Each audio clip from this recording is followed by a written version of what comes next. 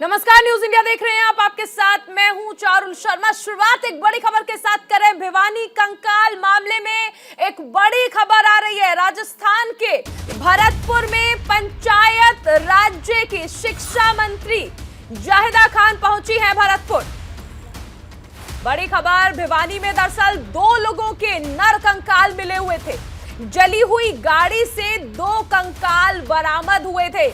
बजरंग दल के नेता पर यह आरोप लगा है, मोनू मानेसर पर इस घटना का आरोप लगा है। बड़ी खबर, भिवानी जिले में 2 लोगों के नर कंकाल मिले थे और इसका आरोप बजरंग दल के कार्यकर्ता पर लगा है।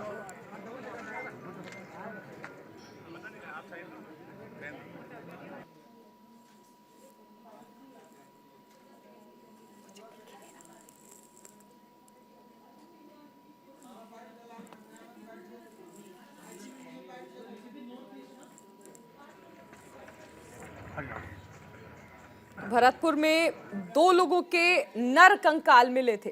बहुत ही दुर्भाग्यपूर्ण है जो हमने सोशल मीडिया से पता लगा है। जो भी व्यक्ति हो उनके खिलाफ सख्त से सख्त कार्रवाई की जाए, चाहे कोई भी हो, उसमें कोई भी दोषी बख्शा ना जाए। और उसमें मैं और मेरी टीम बजरंग दल की कोई भी व्यक्ति उसमें नहीं है।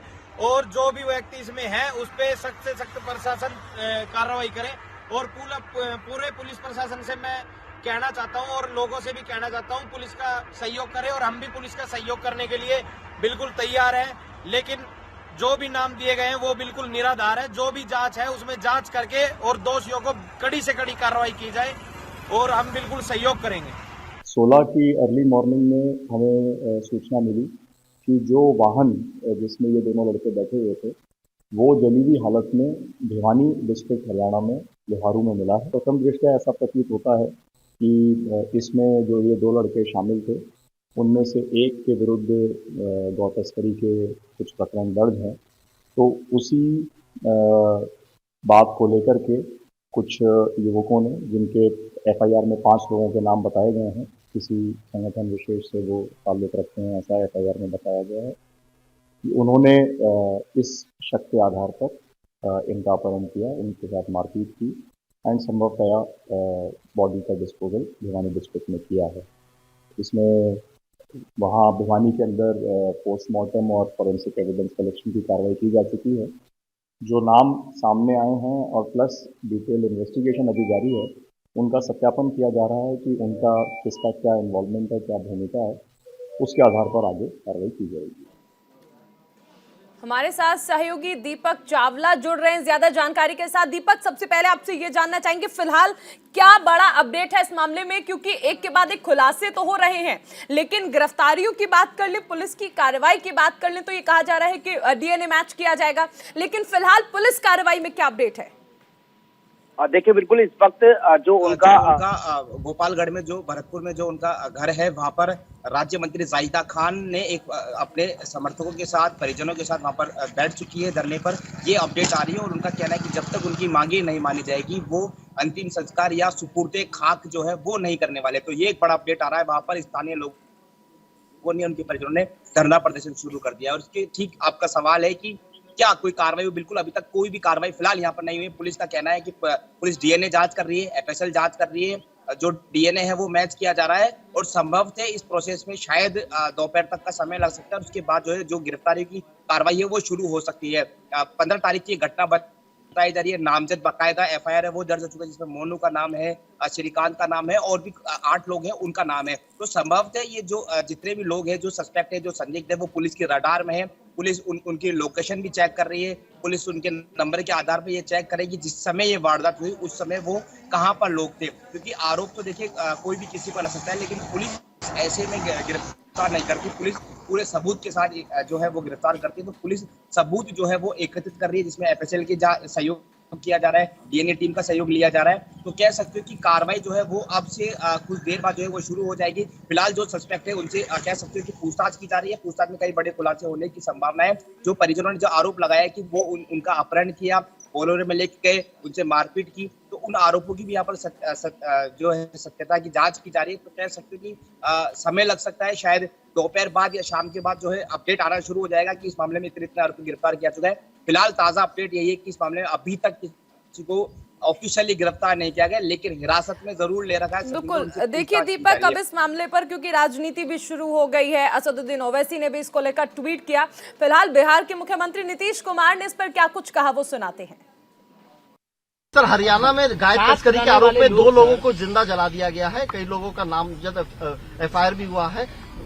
डेड बॉडी उनकी रिकवर की गई है। आखिर ये गाय तस्करी के नाम पे इस तरीके से किस तरीके से नहीं, इस तरह से कोई एक्शन होता है तो उस पर तो कुछ भी काम होता है उस पर तो दीपक हमारे साथ बने हुए हैं। दीपक, सबसे पहले आपसे ये समझना चाहेंगे कि क्योंकि देखिए बजरंग दल के जो कार्यकर्ता हैं उनकी भी हमने जो उनके तर्क हैं, जो उनकी बातें हैं वो हमने सुनी, उनका बयान हमने सुना। इसमें सबसे अहम चीज़ है कि ये कहा जा रहा है कि दरअसल गौ तस्करी का आरोप लगा था, जिसके बाद इस घटना को अंजाम दिया गया और हत्या करने वाले, जिंदा जलाने वाले बल्कि कोई और नहीं बल्कि बजरंग दल के कार्यकर्ता बताए जा रहे हैं। अब इन बातों में कितनी सत्यता है आपसे जानना चाहेंगे, क्योंकि आप ग्राउंड जीरो पर पहुंचे थे, आपने लोगों से बातचीत की थी, उनका तर्क जाना था, उनकी बातें सुनी थी। लोगों का क्या कहना है, कि सत्यता क्या है? देखिए, बिल्कुल गौ रक्षक है मोनू, जो इसमें जिसका मेन जो नाम है वो सामने है। उसके साथ मोनू के साथ उसके कुछ लोग भी है। ये लोग गौ रक्षक है और ऐसा बताया जा रहा है कि बजरंग दल से भी जुड़े हुए हैं। लेकिन बड़ा सवाल है कि क्या इन्होंने हत्या की है। देखिए, परिजनों ने आरोप लगाया है, बाकायदा एफआईआर जो न्यूज इंडिया जो चला रहा है, बाकायदा एफआईआर में इन सभी का नाम है। तो ये सभी जो है प्राइम सस्पेक्ट है, मुख्य जो है सस्पेक्ट है वो है। लेकिन जब इनसे पूछताछ की जाएगी तब खुलासा होगा। देखिए, आरोप तो लग सकता है, लेकिन मोनू जो है और जो जिनका एफआईआर में नाम है वो अपने आप को निर्दोष बता रहे, कह रहे हैं कि हम जांच में सहयोग करेंगे, हमने ऐसी कोई घटना की। तो वो उनका अपना तर्क है। और जब भी कोई इस तरह की वारदात होती है तो हो सकता है कि अपराधी जो होता है वो अपने आप को हमेशा निर्दोष ही बताता है। लेकिन वो तो पुलिस के जांच का एंगल है, जांच का विषय, उस जांच में क्या निकलकर सामने आएगा। लेकिन जो मुख्य आरोपी है जिनका नाम है, उनसे पूछताछ की जा रही है। जो पुलिस का ट्रेडिशनल तरीका होता है, पुलिस के जो जांच का एंगल होता है, पुलिस पता कर लेती है कि जिस समय वारदात हुई, जिस जगह ये वारदात हुई, उस समय जो सस्पेक्ट है उनकी लोकेशन कहां पर आ रही थी। उनकी लोकेशन यानी कि उनके मोबाइल के आधार पर अगर उनकी लोकेशन वहीं पर आ रही होती है तो ये तय हो चुका होता है कि वो वारदात उन्होंने की। और दूसरी जगह उनके अगर मान लीजिए लोकेशन आ रही है तो वो एक जांच का विषय है। तो ये तमाम जो पुलिस, मैं ज्यादा कैमरे पे बता नहीं सकता पुलिस की थ्योरी क्या है, लेकिन ये तमाम थ्योरी, तमाम एंगल ये बयां करते हैं कि किस तरह से पुलिस जांच करती है। और पुलिस की जांच से कोई भी नहीं बच पाता है। कितना ही बड़ा, कितना ही शातिर अपराधी क्यों ना हो, पुलिस की जांच से नहीं बच पाता है। तो ये 8 नाम जो है एफआईआर में है, ये सभी पुलिस की रडार में है। यहाँ देखिए दीपक, सबसे अहम चीज क्या है कि आपने सही कहा कि जो भी आरोपी है वो खुद को निर्दोष बताएगा ही, लेकिन ये पुलिस की जांच का विषय है कि क्या वाकई 2 लोगों को जिंदा जलाने वाले, ये जिन पर आरोप लग रहा है, वो बजरंग दल के कार्यकर्ता है या नहीं। लेकिन इस बीच एक अहम बात ये हो जाती है कि 2 लोगों को राजस्थान से अगवा किया जाता है और उसके बाद हरियाणा में उनके शव बरामद होते हैं। फिर ये कहा जाता है कि इनके कनेक्शन जो थे वो गौ तस्करी से लेकर भी सामने आए हैं। इस मामले में पुलिस की जांच को लेकर लगातार सवाल उठ रहे हैं। आखिर जांच इतनी धीरे क्यों चल रही है? देखिए चारों, आपने बिल्कुल ठीक कहा। शायद जब अपहरण हुआ, परिजनों ने जब सूचना दी तो ऐसी जानकारी है कि तब एफआईआर दर्ज नहीं की। शायद तभी एफआईआर दर्ज कर ली जाती, तभी पुलिस एक्टिव हो जाती और तभी जिनका अपहरण हुआ उनको दस्तयाब कर लिया, तो शायद इतनी बड़ी अनहोनी की घटना नहीं होती। इस समय संवेदनशील माहौल जो है वो बन चुका है। भरतपुर के अंदर इस तरह की घटना होती है तो जाहिर सी बात है कि दोनों समुदाय के लोगों में गुस्सा भी आता है, क्योंकि वो निर्दोष थे। पहले तो आप उनका अपहरण कर रहे हैं, फिर उसके बाद आपके हौसले इतने बुलंद है कि आप उनको हरियाणा में लेके जा रहे हैं, वहां इस तरह की हत्या कर रहे हैं। और देखिए अपराधी कितना शातिर है कि वो जो बोलेरो गाड़ी है उसको आग लगा रहा है, यानी कि वो पुलिस की जो जांच है उसको डाइवर्ट करने की कोशिश कर रहा है, इसको मामले को हादसे का रूप देना की कोशिश कर रहा है। तो ये पुलिस को बिल्कुल पता है। जैसा कि गौरव श्रीवास्तव जो आए थे वो कह रहे थे कि 33 नंबर के आधार पर जो है ट्रेस कर लिया कि ये वही गाड़ी है जो अपहरण हुआ था। तो ये तमाम पहलुओं पर पुलिस जांच कर रही है चारों, और हो सकता है कि जल्द पूरे मामले का खुलासा है, क्योंकि पुलिस नहीं चाहेगी, राजस्थान पुलिस नहीं चाहेगी कि इस पूरे मामले में जो है ज्यादा देरी होगी। जितना ज्यादा देरी होगी उतना ज्यादा लोगों का गुस्सा होगा। बजरंग दल के हो, चाहे गौ रक्षक हो, चाहे कोई भी संगठन से जुड़े व्यक्ति हो, वो पुलिस बिल्कुल, देखिए कानून के लिए हर व्यक्ति एक समान है और जो भी दोषी है उस पर सजा जरूर होगी। बहुत शुक्रिया दीपक इस तमाम जानकारी के लिए। इस बीच सुनाते हैं आपको कांग्रेस विधायक वाजिब अली ने क्या कुछ कहा। मेरी उन तक मेरी बात पहुंची है, मेरी बात हुई है उनसे कल और मुझे पूर्ण उन्होंने आश्वासन भी दिया है कि जल्दी इस मामले में कार्रवाई होगी। मेरी उन तक मेरी बात पहुंची है, मेरी बात हुई है उनसे कल और मुझे पूर्ण उन्होंने आश्वासन भी दिया है कि जल्दी इस मामले में कार्रवाई होगी।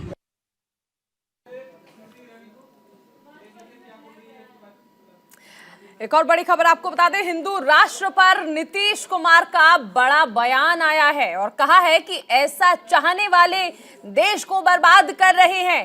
हिंदू राष्ट्र पर बिहार के मुख्यमंत्री का बड़ा बयान, उन्होंने कहा कि ऐसी चाहत रखने वाले दरअसल देश को बदनाम कर रहे हैं, सब कुछ उल्टा पुल्टा करना चाहते हैं। हिंदू राष्ट्र पर बिहार के मुख्यमंत्री का अहम बयान।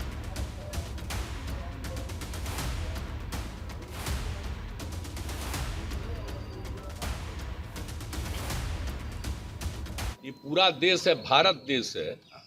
अब विभिन्न जो धर्म के लोग हैं, सब लोग हैं इस देश में, कोई मतलब है? इस देश के बारे में कोई कुछ बोलेगा उसका कोई वैल्यू है? राष्ट्रपिता महात्मा गांधी को छोड़ करके किसी के बारे में किसी की बात को सुनना नहीं चाहिए। अगर कोई करना चाहता है तो सब उल्टा पुल्टा काम करना चाहता है, देश को खत्म करना चाह रहा है। इसलिए संभव ही नहीं है। जो भी देश है किस तरह से उन्होंने सबको बताया और अंत में उनकी हत्या तक कर दिया, तो आप सोच लीजिए।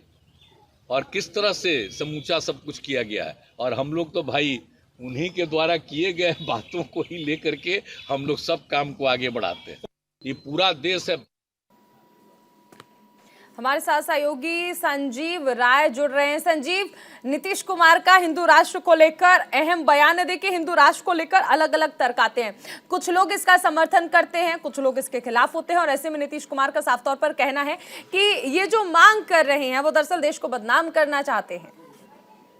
देखिए चारू, निश्चित तौर पर जो नीतीश कुमार के बयान आया है, बागेश्वर बाबा ने जिस तरह से कहा था कि ये देश हिंदू राष्ट्र होना चाहिए।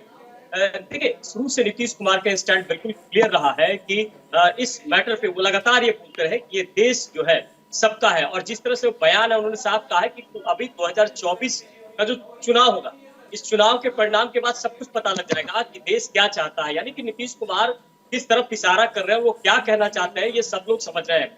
ये इशारा सीधे सीधे बीजेपी की तरफ है और आने वाले समय में जो चुनाव होना है 2024 का, उसमें नीतीश कुमार को ये भरोसा है कि जो 7 दल बिहार में है वो एक मजबूत गठबंधन के साथ कहीं न कहीं बीजेपी को जवाब भी देंगे।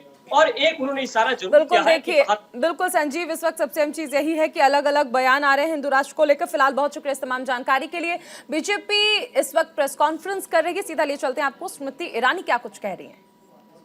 To denounce the intention of this individual who seeks to demonize our democracy, weaken our democratic interests, and who brings an onslaught to the economy of India, all so that he can personally gain. Those who Mr. Soros finds pliable need to know that India has defeated imperialistic designs before and shall do so again. Those who support Mr. Soros need to know that democracy has prevailed in India and will continue to do so, and particularly as a Karyakarta of the Bharatiya Janata Party,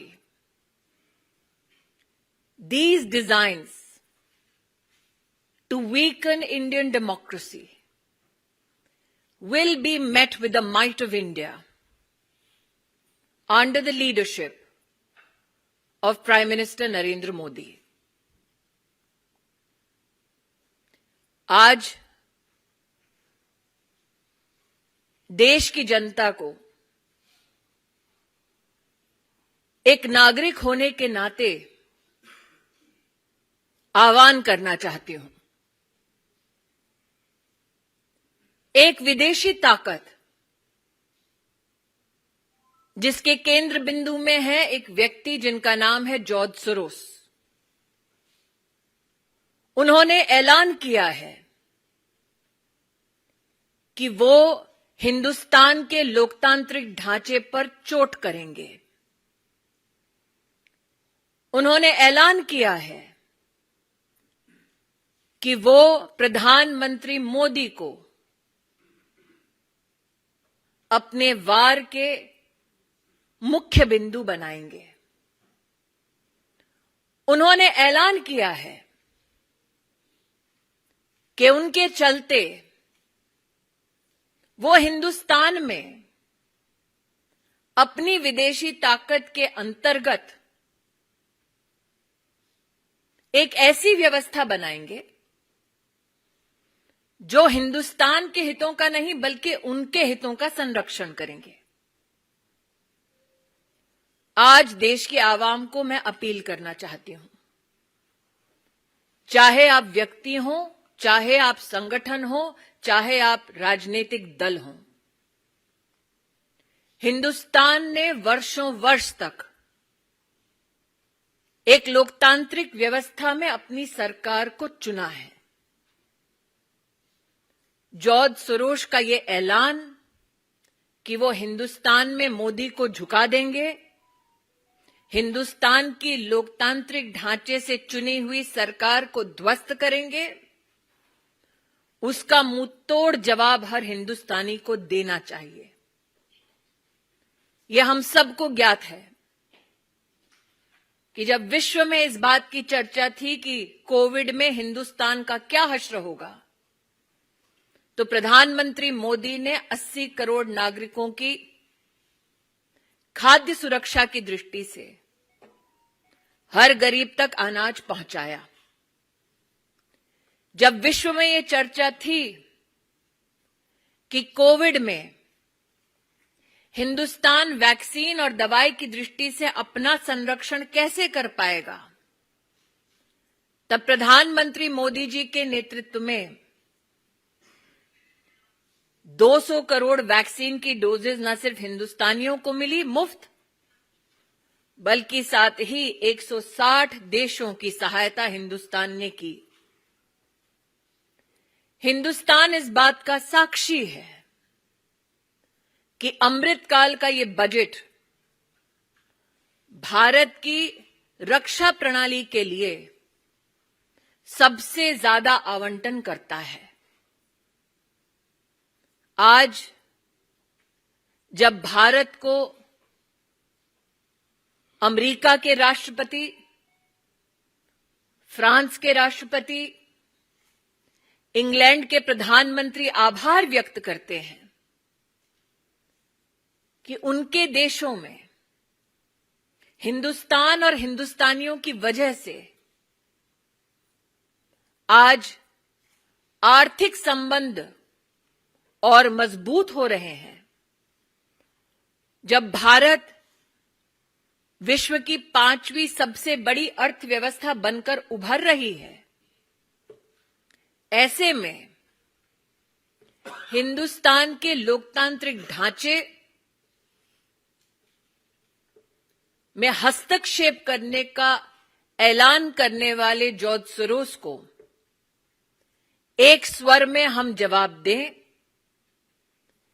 कि लोकतांत्रिक परिस्थितियों में लोकतांत्रिक ढांचे से चुनी गई हिंदुस्तान की सरकार और हिंदुस्तान के प्रधान सेवक नरेंद्र मोदी ऐसे गलत इरादों के सामने सर नहीं झुकाएंगे।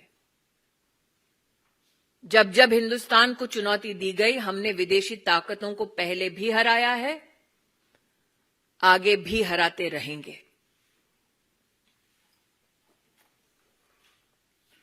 कोई प्रश्न है तो रविकांत राय, टाइम्स नाउ। एक रविकांत, आपको क्या लगता है कि भारत सरकार और भारत के देखिए, ये मात्र छवि को धूमिल करने का दुस्साहस नहीं है। अगर आप उस वाक्य को बड़ी बारीकी से सुने, वो सत्ता परिवर्तन की बात करते हैं, तो आप इसको मात्र इमेज से इसका संबंध ना जोड़ें। हिंदुस्तान की लोकतांत्रिक व्यवस्था को ध्वस्त करने का ऐलान किया गया है। अंकित गुप्ता एबीपी।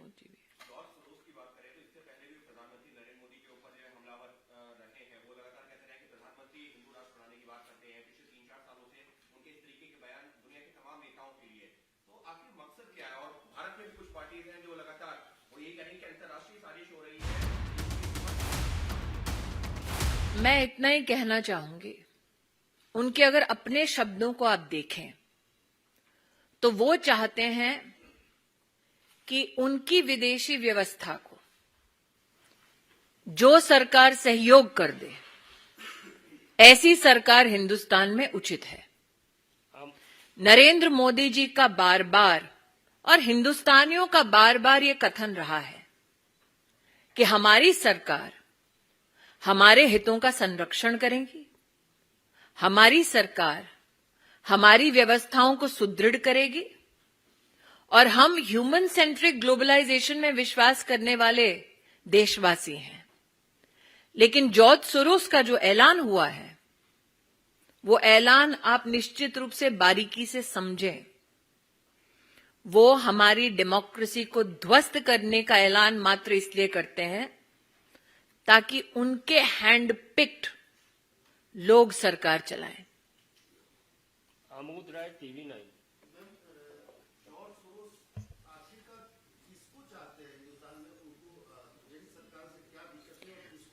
मैं आमोद जी आपका ध्यान आकृष्ट करूं, जैसा कि यहां एक पत्रकार ने कहा कि ये पहला कटाक्ष नहीं है नरेंद्र मोदी पर, और प्रधानमंत्री मोदी ने बार बार कहा कि उन पर कटाक्ष करेंगे, उन पर वार करेंगे तो वो सहन करने की शक्ति रखते हैं, लेकिन हिंदुस्तान पर वार ना वो स्वीकार करेंगे, ना कोई हिंदुस्तानी स्वीकार करेगा। जॉर्ज सोरोस किसको फंड करते हैं, ये मुझसे बेहतर आप पत्रकार जानते हैं। Mohit Bhatt, Times Now, please. Yes.